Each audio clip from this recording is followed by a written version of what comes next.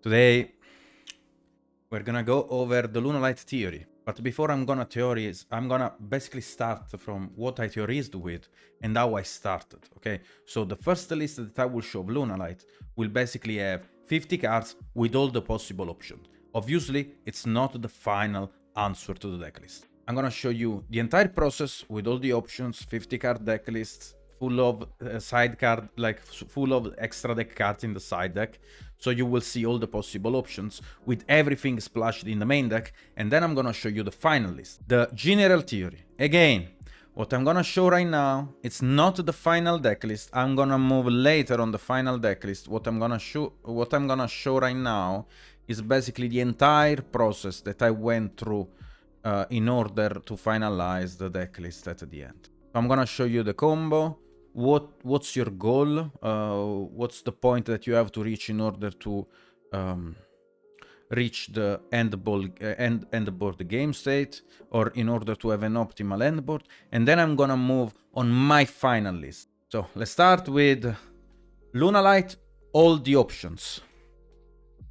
Okay, now in this deck list, obviously, as I said, it's not the final deck list. It has all the possible options of the deck. Okay, it has normal summon of Armageddon, Greffer, the reinforcement. Then he has one Rhino Art, and basically all the good stuff maximized, except for the Marten, because I really think Marten is chicks. It's chic. Martens is chic. Okay, so. And then I play 3 Foolish Burial Goods because this is literally the best extender in your deck, because like you can send Salik, you can send Serenade Dancer. And now let's go over the options, because in my opinion, in my personal opinion, the problem of this deck was not the main deck. The problem of this deck was basically, I mean, you can literally trim this to a 45, 43 card deck list. It's not an issue. And I'm gonna show you my final deck list, which is a 45 card list at the end. But I want to walk you through my entire process. I realized during the combo lines with the tearalaments, and I'm not gonna break because this deck just does not break.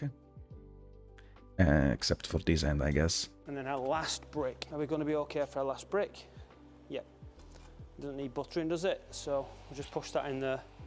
And again, just tapping it down to the line. It's not a break.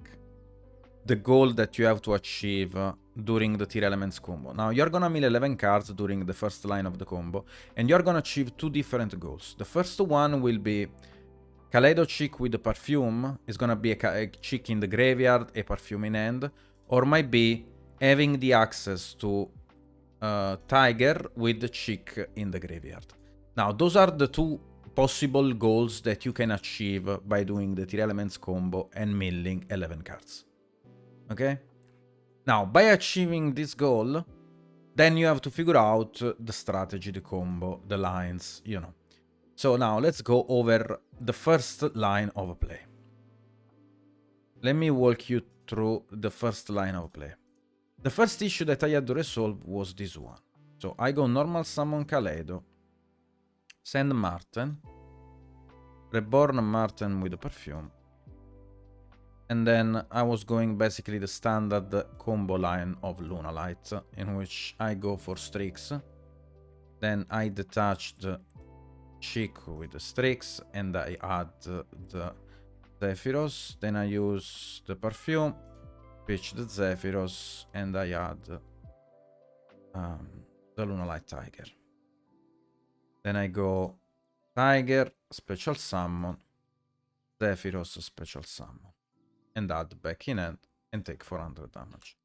Now, this was the first thing that I had to resolve. Now I was in this spot in which I needed to go Curious, but if you guys read Curious, the cards asks for 3 monsters with the same attribute but different types, and we have 2 winged beasts on the board. Okay, I could have 2 winged beasts, I could have double beast warrior. The thing is, my entire board is gonna commit either on winged beasts or on beast warriors, so I'm missing a 3rd type. Now, how do I solve this issue? There are 2 possible solutions to this, and there is a better solution. Now, I can use those 2 to go into dark, and then I can use the tiger to reborn the chick, and here I have curious, right? But I'm using 2 bodies for 1 body that is gonna trade in 1 body that's curious.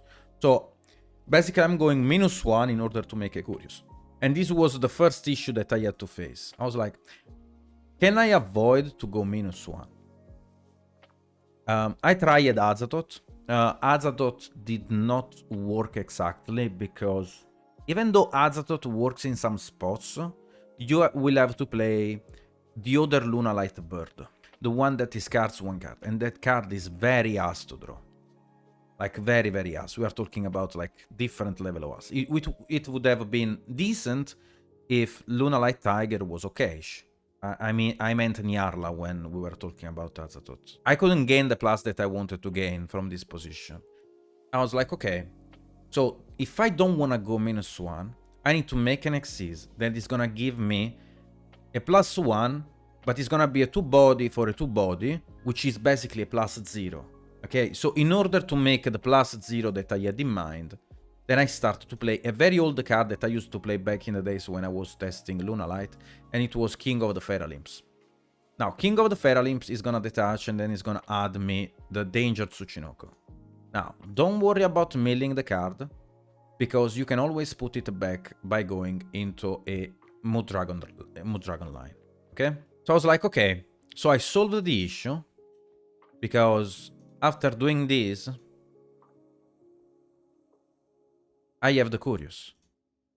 But this gets even more broken, because after this combo line in which I solved the +0, in this scenario, let's assume that I don't have any tearalement. I can send these, mill 3, I'm gonna mill nothing, let's assume that I mill nothing, which is fine. Now that I solved the +0, I can do this. I can special summon Tsuchinoko, and use the body of Tsuchinoko and Curious in order to make a free Apollos on top. Okay? And this was thanks to the +0. Without the +0, I should have committed a level 4 from the graveyard, such as Yellow Marten, in order to make the Apollosa, or an extender from my end. But by going +0 on the Curious line, I can make an easy Apollosa on top. And Apollos on top is gonna be very necessary, especially in a deck like this that spams a lot of monsters. Because if you make an elf on top, you're gonna have too many monsters to commit your line of play, and it's gonna end weaker than an Apollos on top. Okay? So the goal of this deck is first of all putting an Apollos on top after a Curious. The Curious has to be on top, the Apollosa has to be on top. Obviously there will be some lines in which you will be forced to summon the elf on top.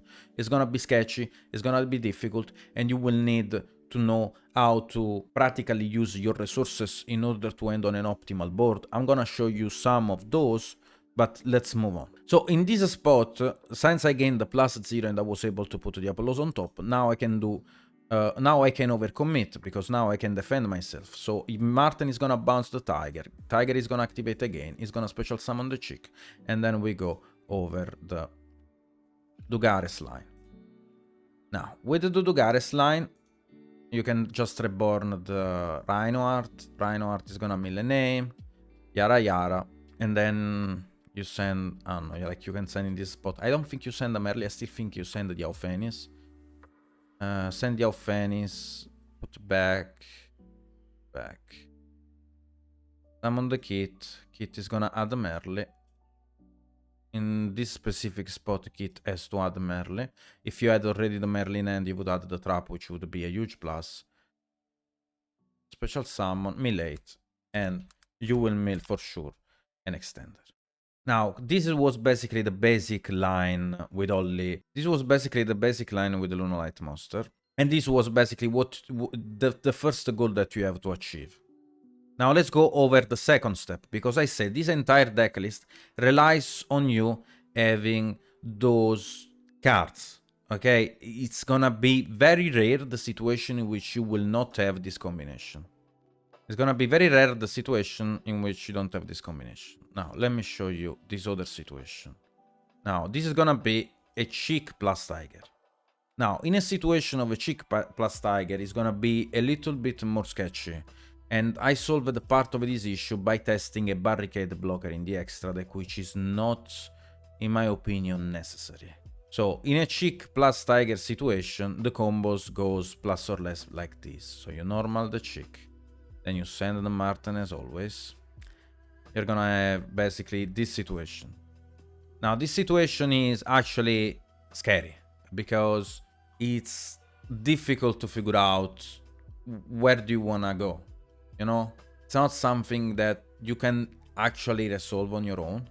It's something that you need, like you can still do that in a way, but it's gonna be bad. And this is a tiger plus chick situation in which you don't have a way to put the perfume in the graveyard as a discard fodder. This was resolved still with the feral imps, if I'm not mistaken, in the same way, because you cannot basically go into a Force Tricks in this line, because Force Tricks will just add you a body that you cannot normal summon and you don't have any way to discard. And if you want to discard the body that you add with Force Tricks in order to make this combo doable, then you will have to play the Barricade Blocker. And it's a card that I tested in the extra deck, and at the end of the day, I don't think it will make the cut. But it's a thing that I used also yesterday in my duel. I think it was alright, but basically you don't need it, okay?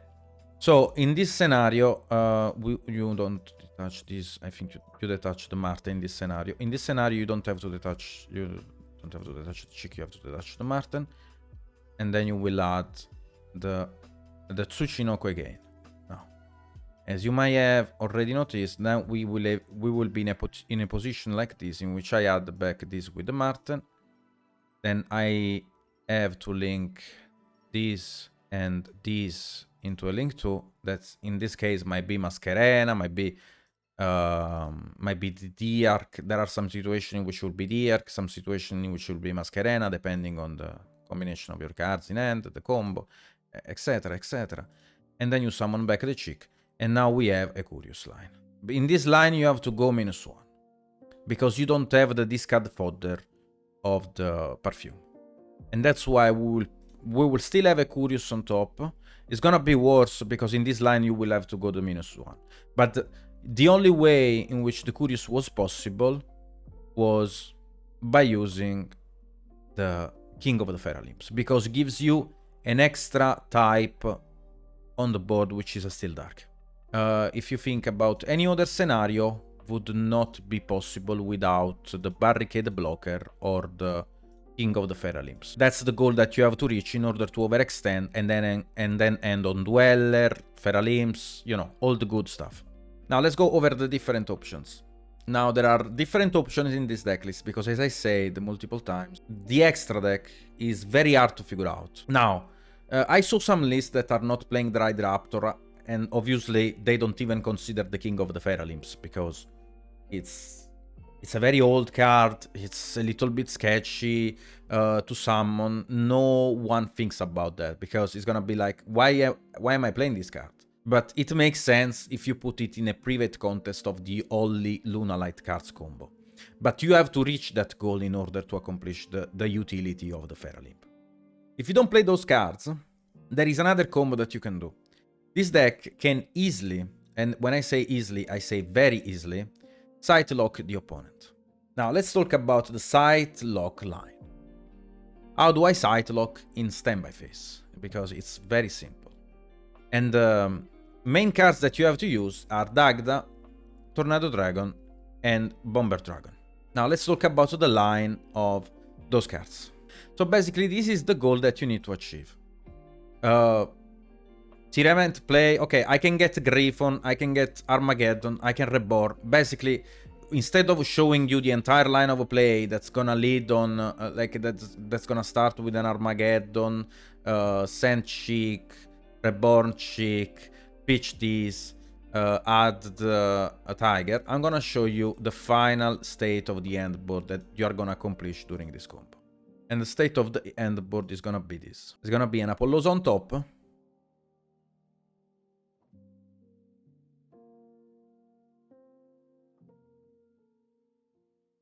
It's gonna be a Dagda. And it's gonna be a Tornado Dragon. Now, this is the Obviously, I'm not counting tearalaments card in this because the tearalaments are not guaranteed. Okay, obviously, most of the time you will mill 11. Depends on the count of the tearalaments card in your main deck. But this is gonna be basically your end goal. Okay. If you play the Dagda version, that's your end board. So if you wanna, like, you can do it in the main phase, during the end phase. In the end phase, you can use the effect of Tornado Dragon, targeting your Tiger, chain the Dagda, set the scythe, okay? Tiger is gonna reborn the chick, and if you add the level 4 extender, you were also able to summon a Dweller by doing it in main phase 1. Doesn't matter. During your opponent draw phase, after he passes priority, then you can use Tornado Dragon to pop the scythe and scythe lock your opponent. But then you're gonna ask me, Nash, but what happens if I mill the scythe? Well, what you're gonna do is very nasty. So the main line of play will involve still the same cards, blah blah blah, but the end board will be a little bit different. So you will have to put an IP on top or a Curious on top, which is fine as well. You can put a Curious on top. Then you have to put a Dagda. And the last monster after this is gonna be a Tornado Dragon. And with one extender, you have to summon this on top. Now, what's gonna happen is during the draw phase, standby phase, or whatever, you're gonna use Tornado Dragon, pop your Tiger, Tiger effect, reborn, trigger Bomber. Bomber is gonna pop everything. Tag the effect, summon scythe. Okay? And this was a line that I analyzed in order to make the scythe lock possible in Lunalight. Is it good? I don't think so. I don't think it's good, but it's a thing that I had to take in consideration when I was building the deck. Now, let's go over the last step of my journey, basically. I tested different cards, and I think those are... I mean, there are obviously different options, because basically, in my opinion, there are a few of cards that are mandatory in the extra deck.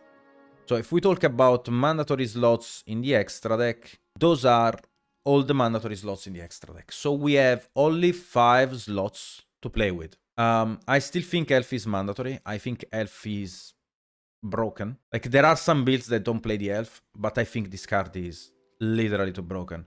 Because it can link climb the Merly, giving it a reason, because otherwise the Merly sticking on board would not make any sense after you go for Curious. Or you should use it for a Goddess, or you have to keep a tearalaments on board and you have to go into a time thief Redoer instead of a Dweller sometimes. And that's why, in my opinion, the Elf makes a lot of sense in this deck list, and that's why you should probably play the Elf. Dark is mandatory because it's Dark, I don't need to explain why.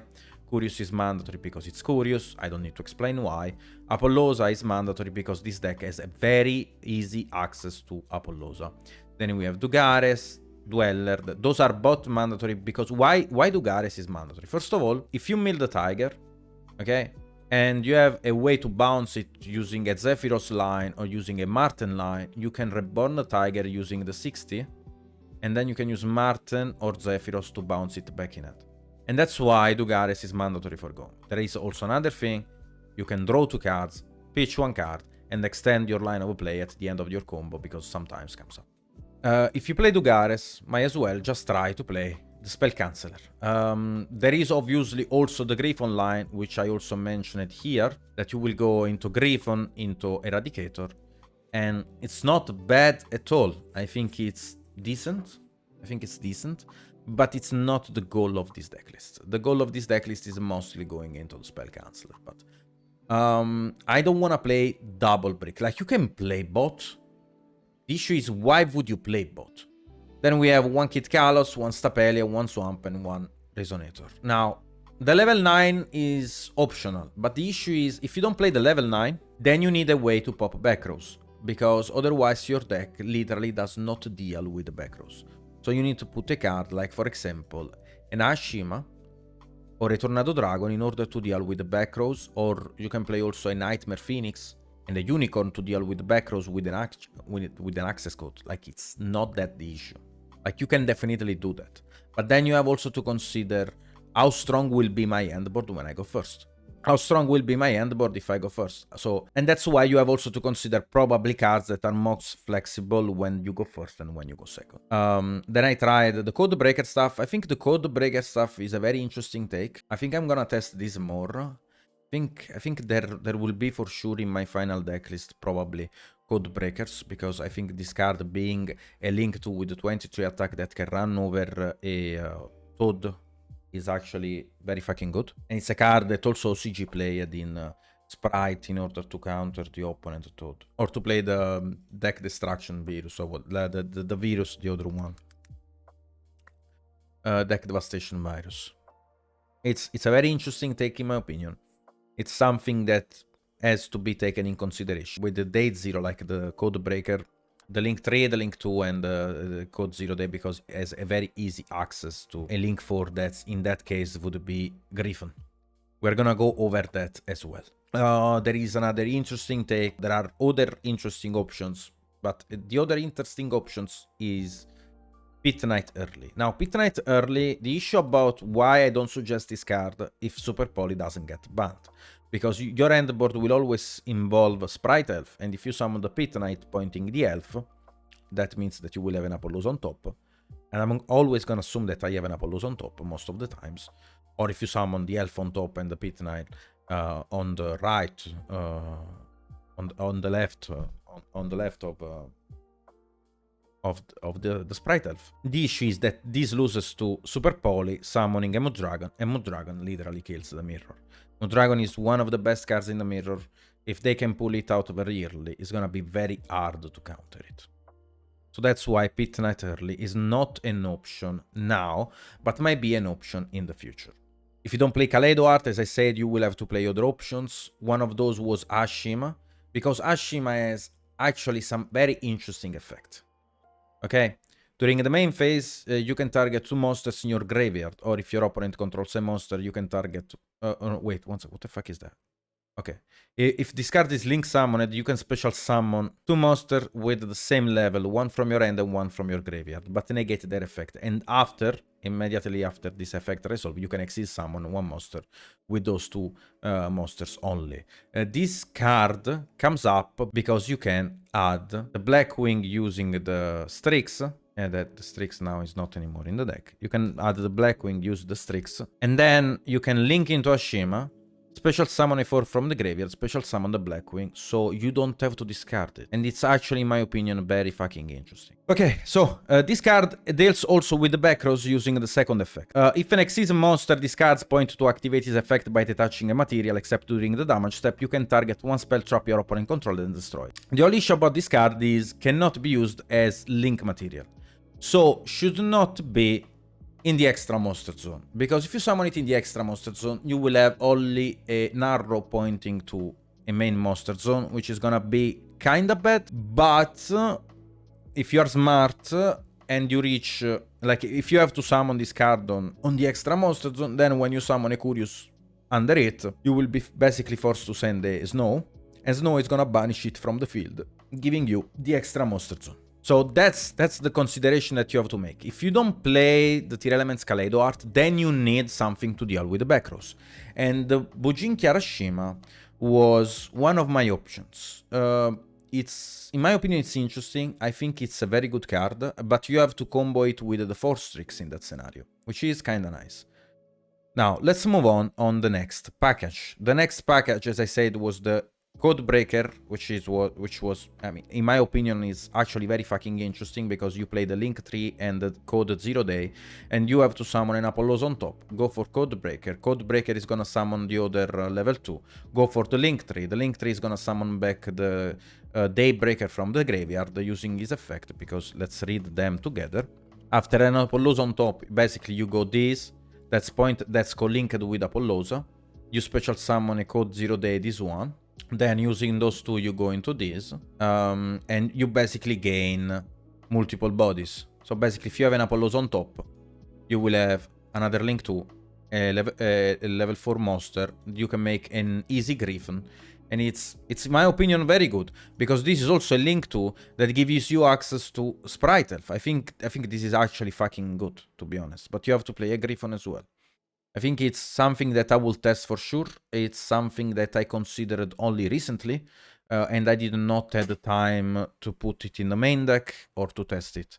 But I think it's a very interesting take that I will for sure apply. Then we will go over the new GUU, basically. Those are new cards. Obviously, I'm not saying it's gonna be...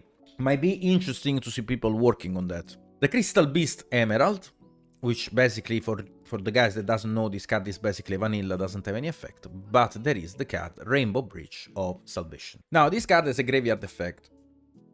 You can banish this card from your graveyard, add the Crystal Beast monster, and one field spell from your deck to your end. The Crystal Beast Emerald is an aqua monster, and this adds a Crystal Beast plus any field spell from your deck to your end. We are basically going over theories, okay? So I'm showing everyone all the combos, if that's... Okay, so let's move on. So if you cannot deal with the back rows, as I said multiple times, and this is already the 4th time, then you have to use this. Otherwise, you can just play the Kaleido art, which is very oppressive, in my opinion, in the mirror. But if you play the Kaleido art, you cannot play one Rhino art. You have to at least play 2 Rhino art. At least 2. Now, let's go over the other spot. The other spot was this, and we already spoke about this. The other spot is also Zeus. Now, Zeus is interesting. I think this card is interesting because basically solves a couple of issues of the deck. Solves the fact that now you don't only have a plus out of your Xyz, but you also have a way to deal with the back rows and threats your entire opponent board. So that's very interesting, and it's a card that I'm still taking in consideration. I will show you after this my build, my final build, but this is a card that I'm highly taking in consideration. Then we have the Exciton Knight. The Exciton Knight is, in my opinion, a worse Zeus, so I do not suggest this card. I might rather just prefer to play the Zeus. Then we have the Kagutsuchi. Now, the Kagutsuchi, for the guys that don't know, this card is not an hard once per turn, but you can only control one Kagutsuchi. So if you link this away into a Bujinki, to summon another level 2, you can summon a second Kagutsuchi, milling 10 cards. Now, do you need to mill 10 cards in this deck list? No, you don't. And that's my take on that. You don't. You just don't need it. And then we play Gagaga Cowboy for the high stats attack, obviously. Now, after I explained you guys all of this, I'm gonna show you my version. My version has a different take, and I'm gonna explain you all of my decision sentrency. How do you say that? Sentrency? Something like that. Anyways. Okay. Now, there is a lot to talk about. First of all, would be Nash. Are you on crack? You are literally playing Lunalight, tearalaments, but you are only playing 1 Tiger, 1 Kaleido, Chick, 1 Mart. Why are you doing this, Nash? Why are you playing 6 ways to access the perfume, but you are only playing 1 of Kaleido and 1 of Martin? And you are not playing the trap, like the Lunalight trap. Why are you not doing that?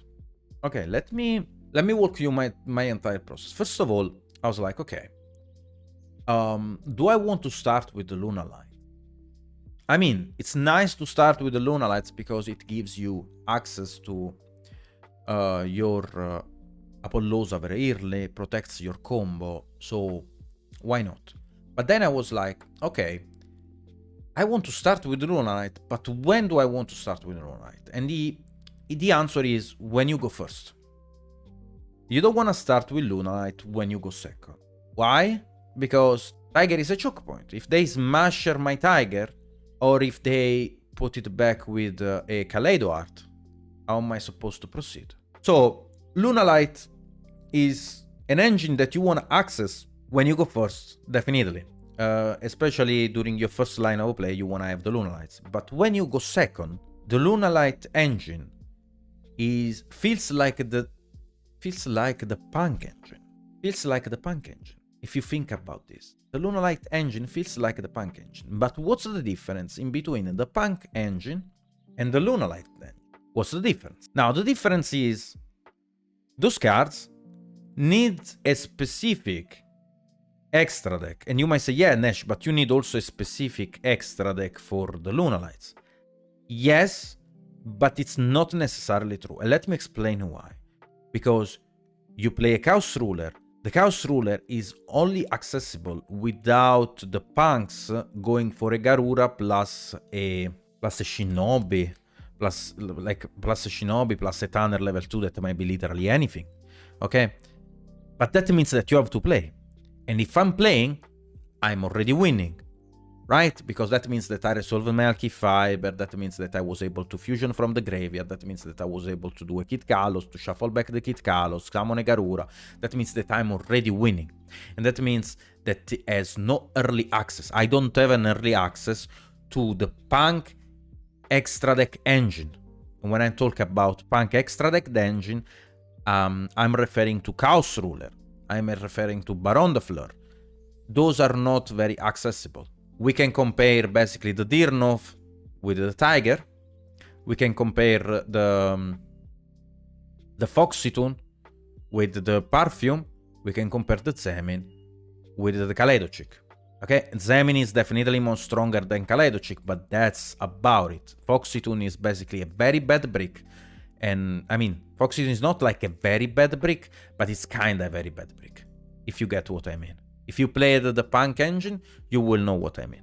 The difference is that I'm playing Exceed Force. Okay, now, the difference is that you are not playing an extra deck that's only accessible when you play or when you open the Punk engine. You are playing an extra deck that's always accessible. You are playing rank 4s. And the rank 4s are accessible from the Tier Element engine. And that's the versatility that we needed. Because now I can utilize my entire extra deck when I was not able to do it with the Punk engine, because I was forced to commit several plays in order to do that. In order to go into a Chaos Ruler, I had to play. But if I'm not able to play, how am I supposed to access my extra deck? When in this case, you can still access your entire extra deck by using all the rank 4 options, because the tearalaments engine can access rank 4s. And that's my point. Now let's go over why am I playing only one of those. And I already answered it before, but I want to add another explanation over it. As I said, it's going second. The deck is like, the deck doesn't want to start with the Lunalight. It wants to break with the Tier Elements. Why do you want to break with the Tier Elements? Because Tier Element is so powerful, it's so overwhelming. It's the Tier 1 right now. Because it breaks your board, gives you recovery, but breaks your board using as fusion materials cards in the graveyard. So you will not have to extra commit. And by not extra committing, you are creating the opponent board and being able to structure a line of play that will end still on interruptions after breaking your opponent board. And that's why Tier Elements is so strong. When Lunalight Tiger is a choke point, the Tier Elements doesn't have exactly a choke point, because everything regards the Tier Element engine and their combo lines are mostly RNG. And you will be like, okay, Nash, but if you put that into one, how are you supposed to combo with the Lunalight? I'm gonna mill 5 with Kit Kalos, 3 with Merly, 3 with Curious. And the Curious line is always accessible. In 11 cards, I will need to mill 2 Perfume, 1 Perfume, 1 Chick in the graveyard, 1 Perfume, 1 Marta in the graveyard, 1 Perfume. And Tiger is okay, but it's bad. I will need to mill a Perfume when I have a Chick in hand.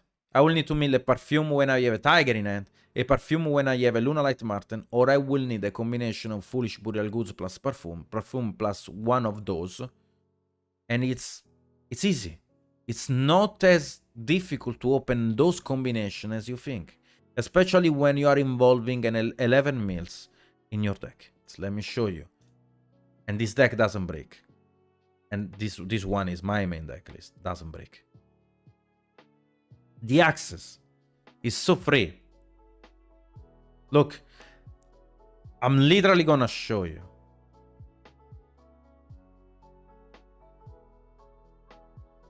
The access is so free. that you don't need to play or overcommit over Lunalight's monsters. Okay? You need the minimum engine in order to have the maximum chances going second. That's how you have to think about the deck. Tearalaments break the boards. Lunalight establish a board. Lunalight does not break a board with one tiger, because one tiger is a choke point. But one tiger gives you an insane recovery and an insane end board with multiple interruptions.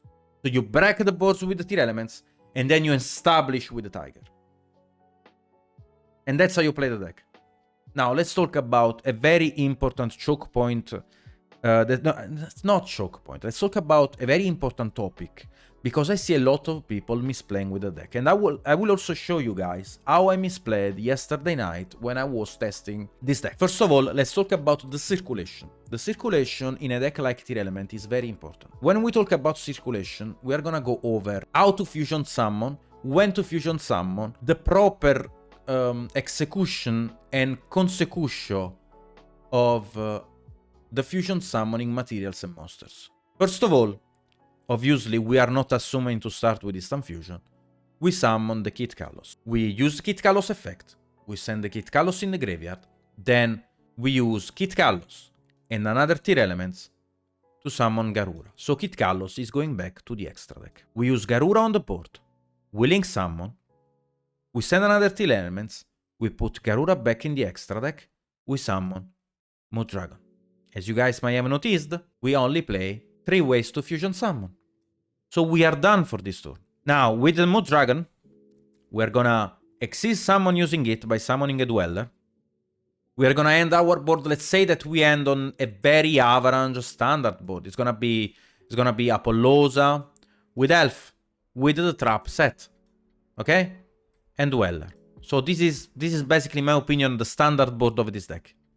Apollosa, Elf, Dweller, trap set. We are gonna detach the Mood Dragon. Our opponent is gonna play, Elf is gonna reborn the Merly, use the Sullic on the Merly, shuffle back the Mood Dragon, summon the Preda Plantacosapelia. As you can see, we got a perfect circulation. If you break your circulation, you're gonna lose the game. Break your circulation and you will not win the mirror. If you keep a perfect circulation, there is no fucking way you lose a mirror. And I'm gonna show you guys how I literally had game, but I broke my circulation and I misplayed. Because I have to show you, because I'm not playing always perfectly. Sometimes happens to me as well to misplay, because, I mean, you know, sometimes happens. Not like, I don't have to explain why it happens. Sometimes it just happens. You don't think enough, or you tunnel vision into a play, but then the play is not good. And basically, I broke my circulation during a game yesterday night, and I'm gonna show you what happened. So this was the game that I had yesterday night.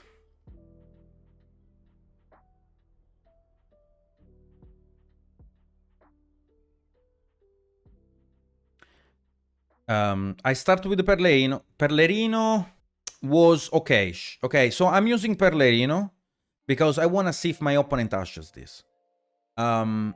If he doesn't ash, then I'm gonna go with Instant Fusion. And I will think if I want to play around Impermanent Surveiller. I will explain how to play around Impermanent Surveiller and which cards you will lose against that. So I'm gonna add the Rhinoheart and let me explain what happens. In this position, I'm using the Perlerino. And let me move actually my camera because so you guys can see better. I'm using Perlerino to see if I want to play around the Ash. There is a play that I can make here. It's Instant Fusion to summon Mood Dragon. Why do you want to summon Mood Dragon in this position? Because with the Mood Dragon, then I'm going to use Sharen Effect. Sharen Effect is going to pitch Rhinoheart. Rhinoheart Effect is going to pitch Sullic. Sullic Chelling 1. Rhino Chelling 1. Sullic Chelling 2. Add Fusion. Chain to the Fusion Effect. I'm going to chain Mood Dragon in order to play around Impermanence and Veiler on the Kit Kalos. Because I already played around Impermanence and Veiler on Rhinoheart by keeping my Mood Dragon water. Because when I summoned Rhinoheart, like it was still water. But in chain to the Fusion Effect, I'm calling Mood Dragon dark. So my Kit Kalos is like, they cannot stop my Kit Kalos effect. Okay, so this was the line that I had in mind. And I will show you why I didn't commit into that.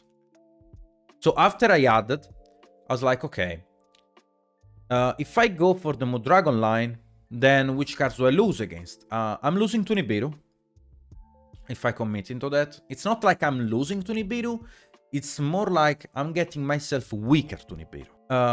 I'm losing to Ash. So basically, the entire line that I'm playing doesn't play around Ash. So why am I doing an entire line that loses to Ash? DD Crow. DD Crow might hurt me very badly if he uses it on my Reinhardt. So if I go right now into a Mudragon, and then I use Sharon, pitch Reinhardt, and my opponents DD Crows me, it's gonna be very bad. And that's why, after analyzing all these possible scenarios in a matter of seconds, I decided to go into Instant Fusion. Kit Kalos effect. Kit Kalos resolves. My opponent doesn't have Impermanence, Veiler, or Ash. And now I go into Sharon. Sharon effect is gonna pitch the Merle. I decided to pitch the Merle in this position and not the Reinhardt because I decided that I want to play consistently around an Nibiru.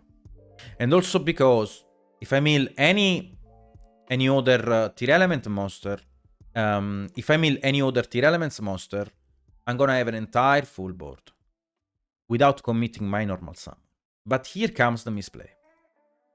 I need a cigarette. I don't like talking about bad misplays, especially when it's me involved. So I don't know what happened. My brain just fell off. So I use Mero effect, Salik Chilling 2. This is correct. Now, here is the issue. I decided to add another Merle. And here is the second issue. I almost tried to summon Garura with 2 Merle. I realized right after that it's illegal.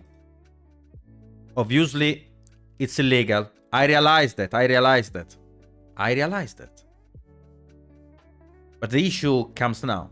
Because I'm gonna break my circulation in a very irreparable way.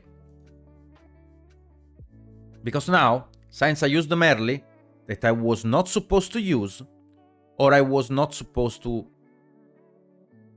keep my Kit Kalos on board in this scenario,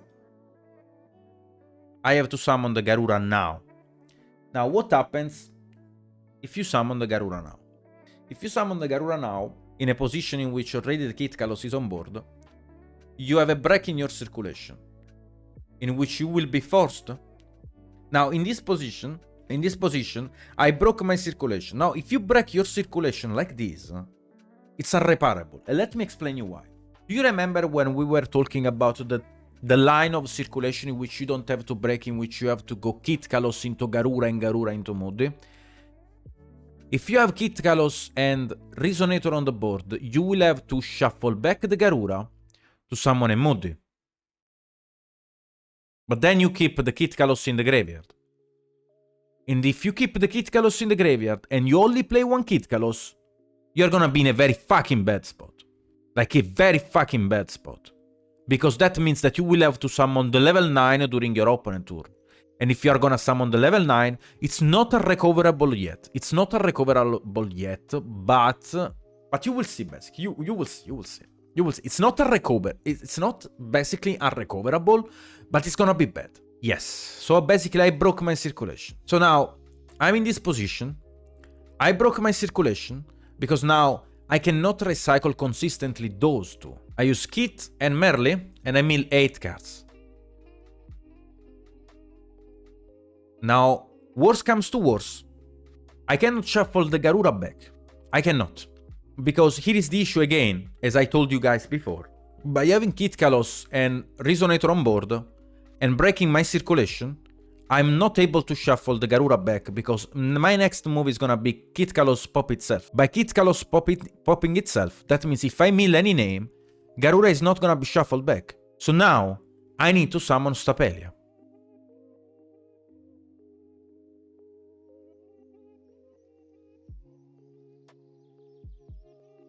And this was fucking horrible. This was definitely fucking horrible. I mill 2 name, and I'm summoning King of the Swamp Draco Stapelia. Now you guys have to understand that there is no way for me to put back anything now. back in my extra deck. So at this point, I was like, okay, I broke my entire circulation. Yeah, I could have made a 9 Fear. So that's why I decided to go for Mood Dragon. Obviously, if to keep my circulation, I could have made the level 9. I didn't do that because I was like, okay, I broke my circulation because I want to commit to the entire full board and winning on my full board. If he breaks my board, I'm gonna lose the game. I'm accepting because I wanted a Dweller on the board. And that's the only reason why I went for that. But you are right. I could have recovered my circulation by shuffling back the Rhino Art in my graveyard. Anyways, as I said, I made some mistakes during this game. Now I summoned the Curious. I summoned the Curious here because I overvalued.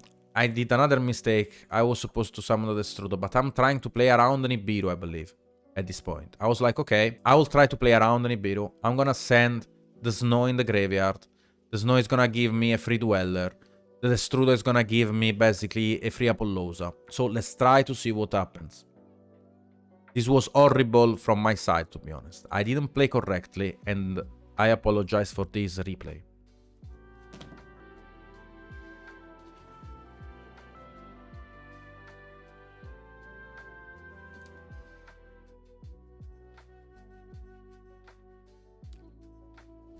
Yeah, this was my end board. I didn't even make Dweller. For how bad it was. This was very, very bad. I don't know what the fuck I smoked yesterday, but this was horrible. Like dog shit. I was literally a dog running around. This was one of my worst turn ever made. But it's good if I show you guys my mistakes, because I don't want you to do the same thing. My opponents used tips. I was like, okay, maybe it's a pure runic deck. He activates Fountain. I was like, okay, might be a pure runic deck in my opinion. I was like, okay, bro, like this has to be pure runic, right? I'm expecting a Mystic Mine eating my fucking the fucking board at any moment. So he goes Flashing Fire, and then he goes Slumper to summon. Slumper to summon and then chain Flashing Fire. Okay. I was like, okay, I'm fine. Then I use Merely Effect. And then I use Shaden Effect to Fusion Summon. And then he calls by the Grave. He called by the Grave Man. That was bad. That was bad. Like, anyways.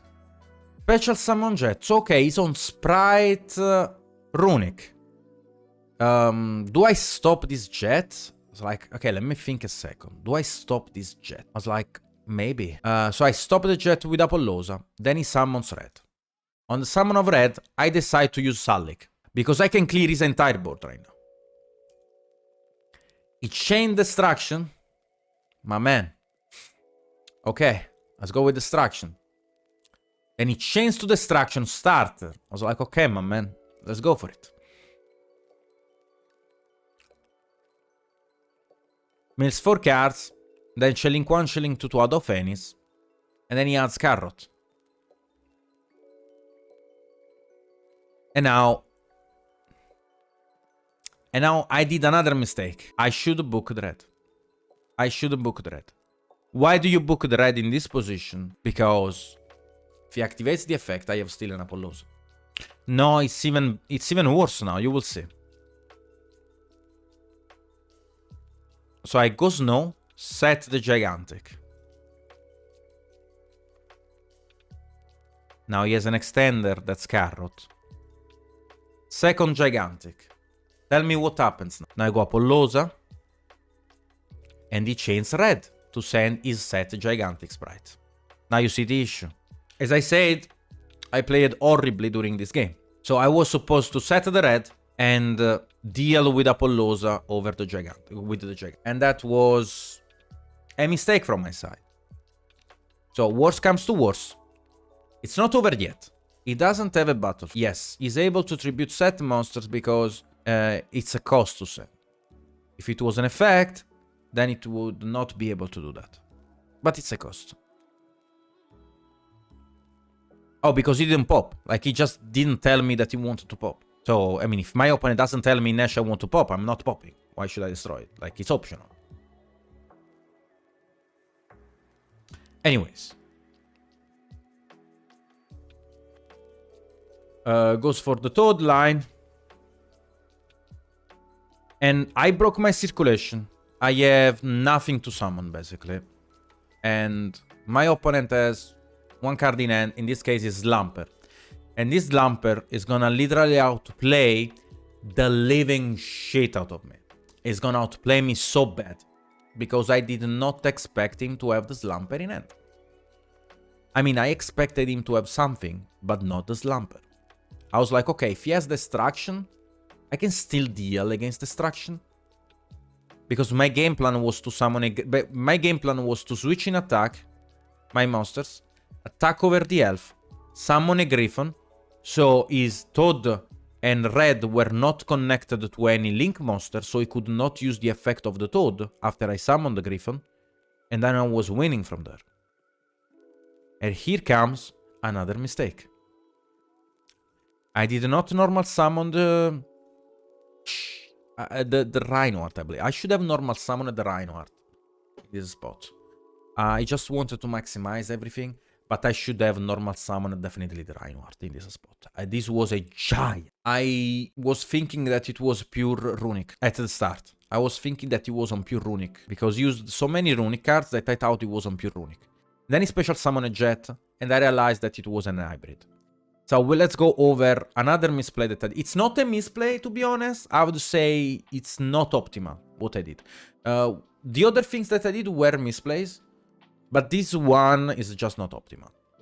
So I was supposed to normal summon the Reinhardt, no effect, switch everything in attack, and attack over. So I decide to crash the Merly into the elf, to have it in the graveyard. Then I attack with the Snow over the elf, and he uses the Slumper. Now the Slumper here is crucial, because now the Slumper is gonna save the elf from this attack, but it's not over yet. I still think I can deal with... I mean, I can just crush my elf, and then I can play with Apollosa, elf, Merly, and the rest of my hand. It's actually doable. It's actually very doable. But worse comes to worse, boys, because now I get punished.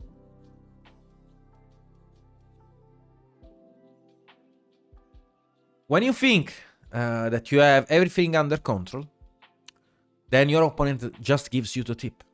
And sometimes it sucks, you know? In this case, it sucked a lot. So he went for the tip, adding the Flashing Fire. I milled one card, and then he goes Flashing Fire on my elf. And this gets even worse, because I did not realize, but I have no tearalaments in the deck. So the activation of my Reinhardt was illegal. I'm gonna realize it later, and I'm gonna scoop. But this activation is illegal.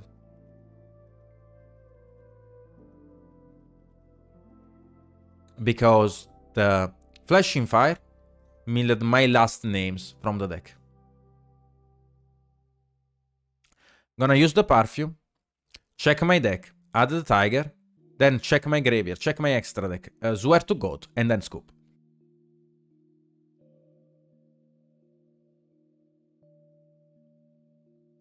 Okay, this one, now I was like, okay, I misplayed like a fucking dog. Go back, I want to be monkey. During the last game. Now I need to play perfectly. I was like, okay, happens. I was not thinking at all. I was literally relying on my hand board, and it was so bad. I played so bad that I can't even explain how bad I played that game. So many misplays from different sides. The circulation was broken. The plays that I did were not optimal.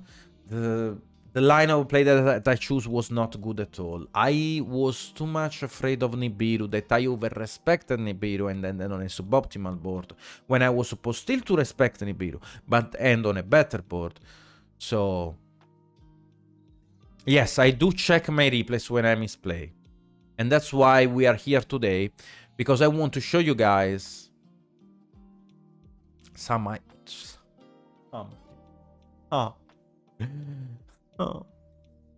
So, when I misplay, and it's a thing that you probably should do as well, I go over my replays. I know where I misplayed. but I needed to make sure which was the correct line in that specific scenario.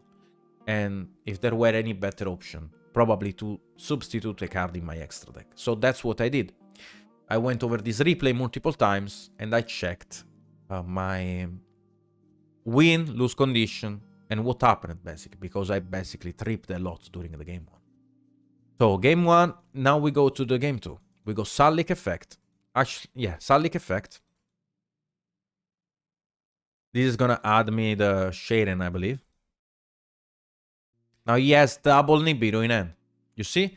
The game 1, I over-respected Nibiru. Now the game 2, he actually has the Nibiru.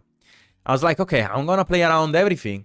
I'm not gonna be down sometimes. At this time, I mean. So summon the Shaden. Send out Phoenix. Mill out Phoenix, and then I use the effect of Phoenix to go into the Kit Kalos. The Kit Kalos is gonna add me the trap because I already have Merly. Summon the Merly, mill 3 cards. Mill nothing, go into Elf. Then Kit Kalos effect. Summon back the Merly. Now, I see people doing this mistake, and it actually pisses me off. I saw a lot of people using always, like without any doubt, using Kit Kalos to summon the Merly from the end. Even though they don't have any other normal summon. Now, here is the thing. If you don't have a normal summon, but only the Merly, why don't normal summon the Merly? Use the effect, link away the Merly, and then use Kit Kalos. You gain a +1 for no fucking reason. Why would you overcommit? Like, why would you use an effect that gives you a +0 and a -1 in hand? Makes no sense. Normal summon the Merly, link it away, go into Elf that gives you a +1, so it's a 2x2 that's a +0, and then use the Kit Kalos that might possibly give you a +1 in total. Does it make sense to you guys? I don't know. Like, maybe I explained it very badly, but that's basically my logic. So I'm gonna summon back the Shaden because the Merly was already used. Mill 5. Go Perfume. Add the Tiger effect. Summon back Marten. Because I milled only the Marten. Doesn't matter actually. Like, Marten plus Tiger is already a big plus anyways. Then use the Elf. Summon back the Merly. My opponent cannot Nibiru me there because the Merly was not used. I'm still constantly play around the Nibiru. And the Shaden was not used, I believe. I did not use the Shaden in the graveyard. Yeah, I only used Phoenix. So Phoenix was the only name used. And if he Nibirus me, I can trigger the Shaden and the Meru. So he cannot Nibiru me. Then I go into Curious. Curious is gonna send me the Merly. Link 1, Link 2 Merly. Summon the Garura, mill 3. He cannot Nibiru me, and I go into Apollousa. And now I played perfectly around Nibiru. Garura is gonna draw me one card. Tiger summon. Go into Barricade Blocker. I was testing this card. I don't think it's needed, but whatever.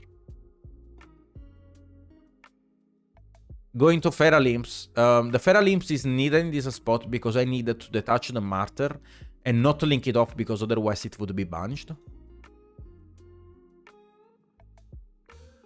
And also gives me a discard fodder for Perfume, and I can basically special summon for free the Tsuchinoko.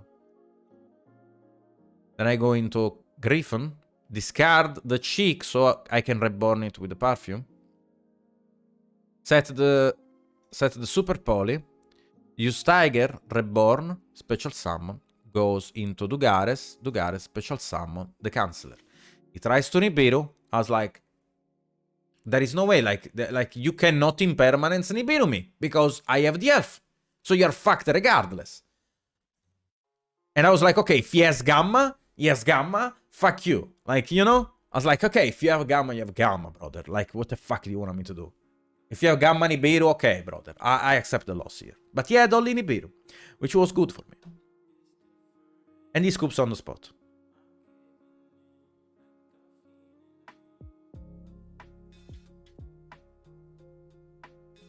And now let's go over this game. My opponent opened like a fucking god. Like 2 curses plus fountain is it's plus infinite. But anyways. So he goes distraction. Fountain, draw 1. I mean that's crazy to me to draw 1 in like it's not like crazy, it's okay, I guess, because he has distraction and curses, I guess it's fine. Then he goes jet, add starter, blue. I was like, okay, after he had started with jet, I was like, okay, my dark ruler is gonna pop off.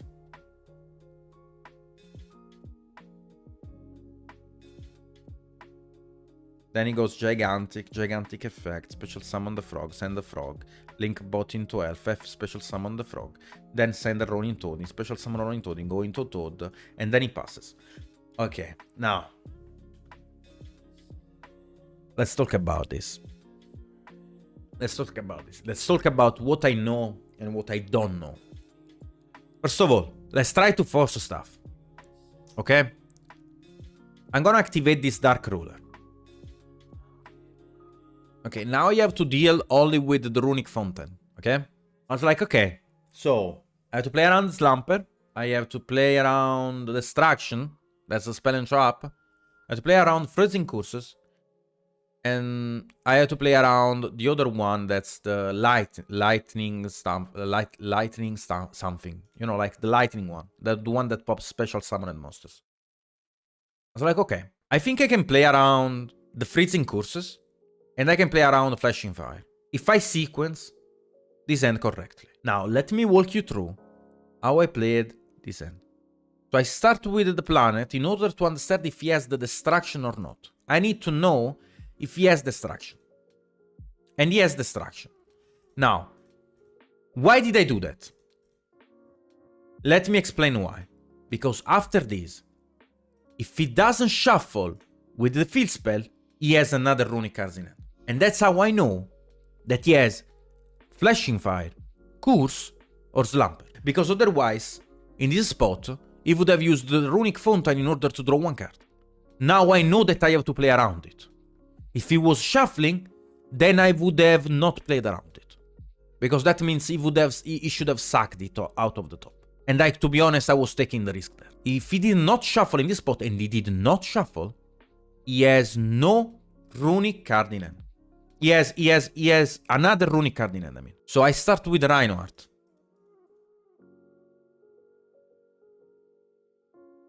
He's thinking, now I know for a fucking fact that he has curses. And I have to play around it.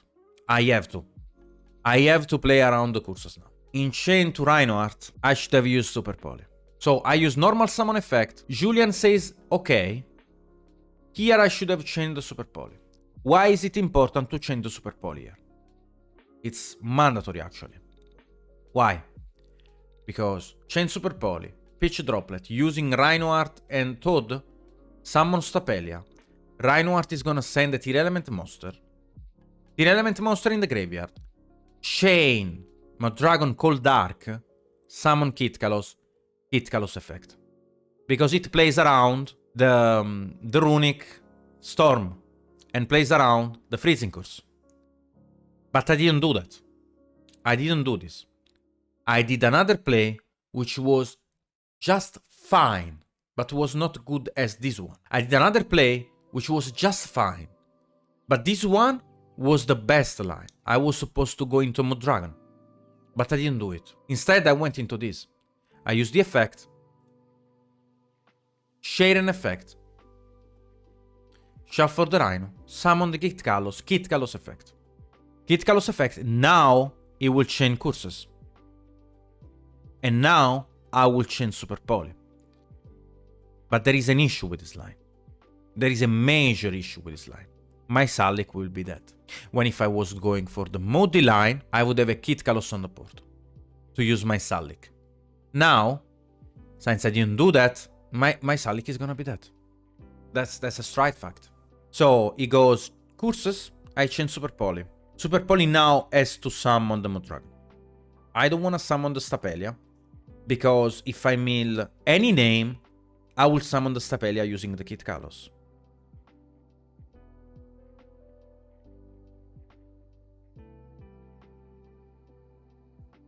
So basically, what I should have done was summoning the Mud Dragon way before, to play around the curses, because now here is the issue, guys. Now we can use the field spell to draw. When if I was going for Mud Dragon, would not be able to use the field spell to draw. Now I'm in a very bad and dangerous spot. So we go mill 5. I mill the Meru. And Alphenis cannot be used because I don't have anything to summon.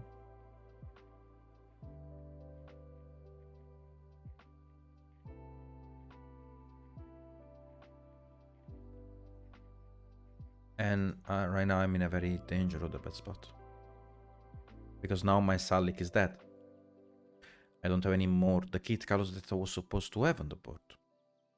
Now I'm on those two monsters. So we enter in battle phase. We attack. We attack. We use Stapelia on the red. Set Salik. Draw phase. Mud Dragon Cold Dark. I need to avoid my opponent to... I need to use this as soon as possible. Because if he goes for an unique card and he draws into the lightning, then I will lose on the spot. So I need to call this as soon as possible. So Cold Dark, he says, okay. Normal summon Swap Frog. So he goes normal summon Swap Frog. No effect. Special summon Jet. Here, if he has the Smasher, I lose on the spot. All I can do is just hopes that he forgets to use red to tribute summon the Jet. Because red is cost, even if it's negated by my Stapelia because he has a Predator counter, he can still tribute for cost. So I have to hope that he doesn't do that. That's my only win condition, and that's what I'm gonna do. So at this point I use Draco Stapelia to target the Jet, and now here comes the huge, massive, juicy misplay of Julian. Tribute summon the Swap Frog. He forgot that the red was negated. And this was a massive misplay. Now, yes, basically the Jet is also level 1, the red is level 1 because they have Predator counters. Now he goes Destruction, target my set. And now the tunnel gets worse. The tunnel gets even worse because now I have a free Salik search. And he banished 3 of my fucking names. It's okay.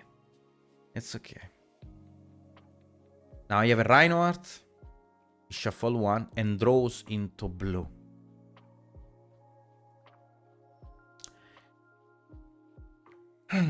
Special summon blue. Add another Jet.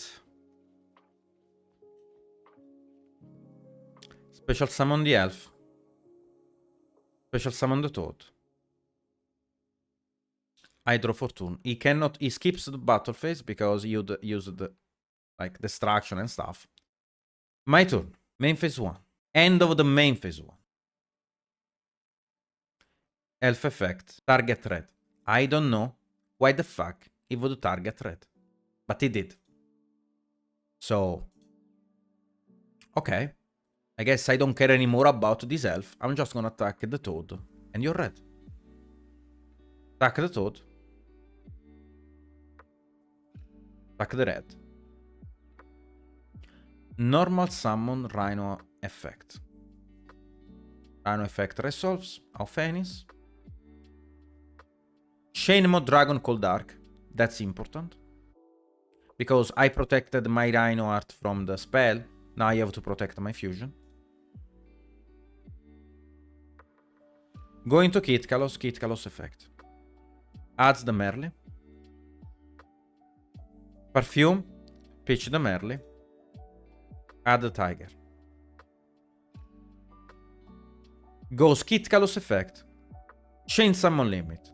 Now let me explain you what happens in this scenario. Now, Summon Limit is chained to the Kit Kalos. That means that I cannot summon anymore because I already summoned twice. Because the Summon Limit counts backwards. Okay? Now, here is the effect. The effect says you can target one monster you control. You special summon a tier elements from your hand or graveyard. And if you do, send the target to the graveyard. Send the target monster to the graveyard. So I special summon first. Then I send. If I cannot special summon, I do not send. That's why the effect just fizzles.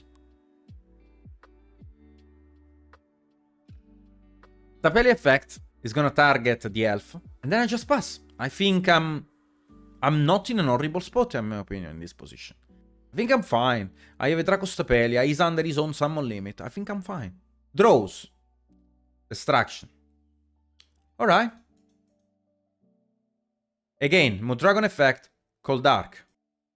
And now here is the thing. Abomination. Okay, this is gonna be a pain now, because... So, Abomination attacks. I use Tapelia, target the Abomination just to give him a counter. Take 300. And for any fucking reason, he decides to pop my Rhino. Now, the cards... The Abomination says... When a monster is destroyed by battle, you can target one card on the field and destroy it. Okay? One card on the field. He cannot target my Swamp because it's dark. He cannot target my Kitkalos because it's dark. He can only target my Reinhardt. But this card says one card on the field. That means that he could have popped his own summon limit. By popping his own summon limit, he had Hyperia, Special Summon Jet.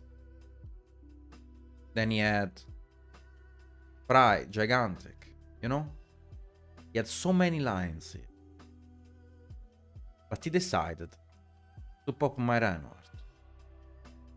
And worse comes to worse, my Reinhardt is gonna trigger in the graveyard. Because my Reinhardt says... If it's sent to the graveyard card effect, you can special summon this card. And if you do, send a tier element card from your hand to the graveyard. I can send another Reinhardt. So I'm gonna do that. Reinhardt, send Reinhardt. Special summon Reinhardt. Reinhardt effect. Merely effect. Kaleidoart. Shuffle back the Abomination. And this is how he got punished. Hyperia effect is gonna draw him the Freezing Curses. Okay, this was a huge top. Like, actually huge. But it's okay. It's okay. We can do this. He passes. I use my dragon to call Dark. He tries to chain curses, but it's illegal. So he decides to use curses on my Reinhardt. Or no, actually it's on my Kaleidoart. Kaleidoart. So he decides to switch the target on my Kaleidoart in chain to Modragon. And now Field Spell. Because Abomination will pops in end phase and it's hard to deal with. If he has other runic spells in hand. Like I had already game, you know. He could not play because Abomination was one summon. It's very hard. So he goes Curses. Targets my Kaleidoart. Use the field spell. Ah no, he doesn't use the field spell. My bad. My bad. He doesn't use the field spell. So I go Summon Dark. Using the Kaleidoart. Then I use the effect of Kitkalos on itself. It chains Destruction to summon Fangs. And now it's gonna be Chilling 1 Kaleido, Chilling 2 Kitkalos, Chilling 3 Fontaine. Or whatever. Or it was Chilling 2 Kitkalos. I don't remember.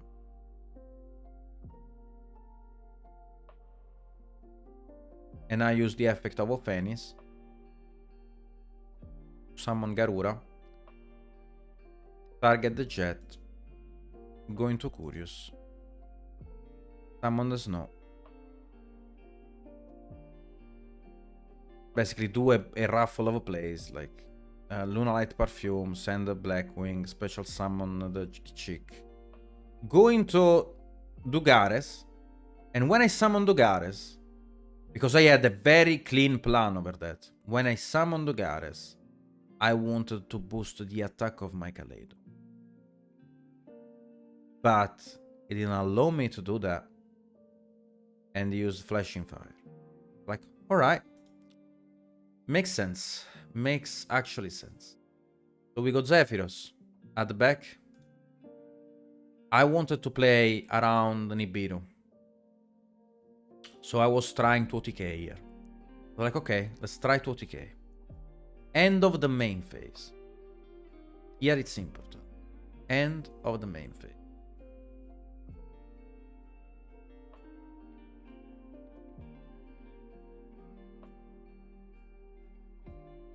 Summons no. Use the second effect of Kaleido Chick.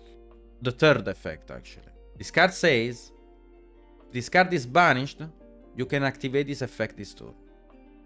Your opponent, cards and effect cannot be activated during the battlefield. But there is a very little and small outplay that I did not predict. This goes even deeper into the rabbit hole. Like, this goes deeper and deeper because there is an outplay that I did not predict. In Chain to my Kaleido, activate Slumper, target my Curious. No, he did not target his own monster because I did the math over that. If he targets Fangs, attack, 19, 38, 68. I did not predict that he could slumper my Curious. Because by slumpering my Curious, the card says, target one face-up monster on the field. The next time that monster would be destroyed by battle card effect, it's not destroyed. Also, it cannot attack this turn. I did not predict this outplay. I guess I got outplayed, because I could have just used Tiger, Xyz and attack for game, but I did not predict the slumper on my Curious, because I did the math on using slumper on his own monster. I was like, okay, it's a steal game. I did not expect that he was using on Curious because I didn't think it was possible, to be honest. I was like, okay, I guess I got outplayed now, because I could have just went for game with the Tiger. I was just very conservative, and I should not have been conservative. I should have just put all in on the board and go for game. Like, okay, I guess I will probably lose. I can probably lose this, but... Mills 3. So I was like, okay, let's put some damage on the board, I guess. Attack. 3750. Is left with 150.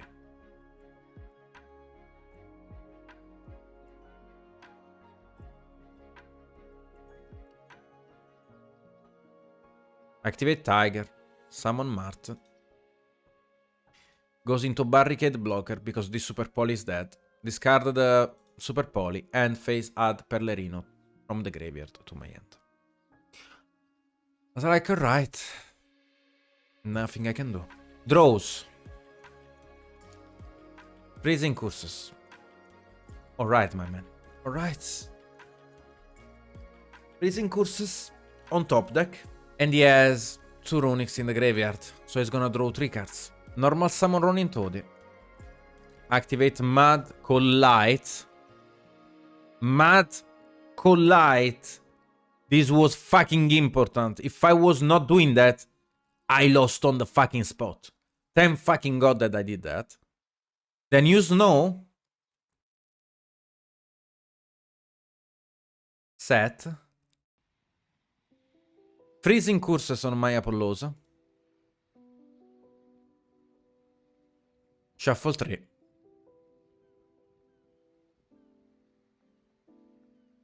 And we can call it a day. I was very lucky did not draw Tip or Destruction. Because I had only 4 cards left. I guess it happens when you play at 3 a.m. This is what happens when you decide to play on Dueling Book at 3 a.m. So, basically, this is how the deck works. There are multiple options, as I said. I think I want to take a lot in consideration the Zeus. I want to take a lot in consideration the 0-day Codebreaker. I think I want to take a lot in consideration this package. Probably Ceroboros, probably. Maybe somewhere. Actually, no, if you play the Codebreaker, you have to play the Nightmare Griffin. You have just to play the Nightmare Griffin. So it's definitely a package that I would take highly in consideration. If there is anything else. Anyways. So I would take highly in consideration the Codebreaker stuff. For the Codebreaker 0-day stuff. I think this package is insane. I would really take this highly in consideration. Then we have the Divine Zeus. I mean, Zeus definitely should be somewhere. Oh, this one too, guys. Like, this is, in my opinion, a nice deck. Then Tearalaments, Griffin. Okay. Let me go back on the deck list. So those are the cards that I was taking into consideration. If you wanna be my lover, don't play Flanderies. But also, if you wanna be a little bit more aggressive, play Phoenix, Unicorn. Just those are all viable options. And that's, in my opinion, the take that you should get on this deck. So this concludes my explanation about the tearalaments decklist and all the options that you have about the deck. Hope you guys appreciated this coaching session that you got and how I basically went through this entire journey explaining my deck choices, my options, my combo choices, my combo patterns. So this was for Lunalight. I will go take a drink and then we can proceed with the rest of the schedule.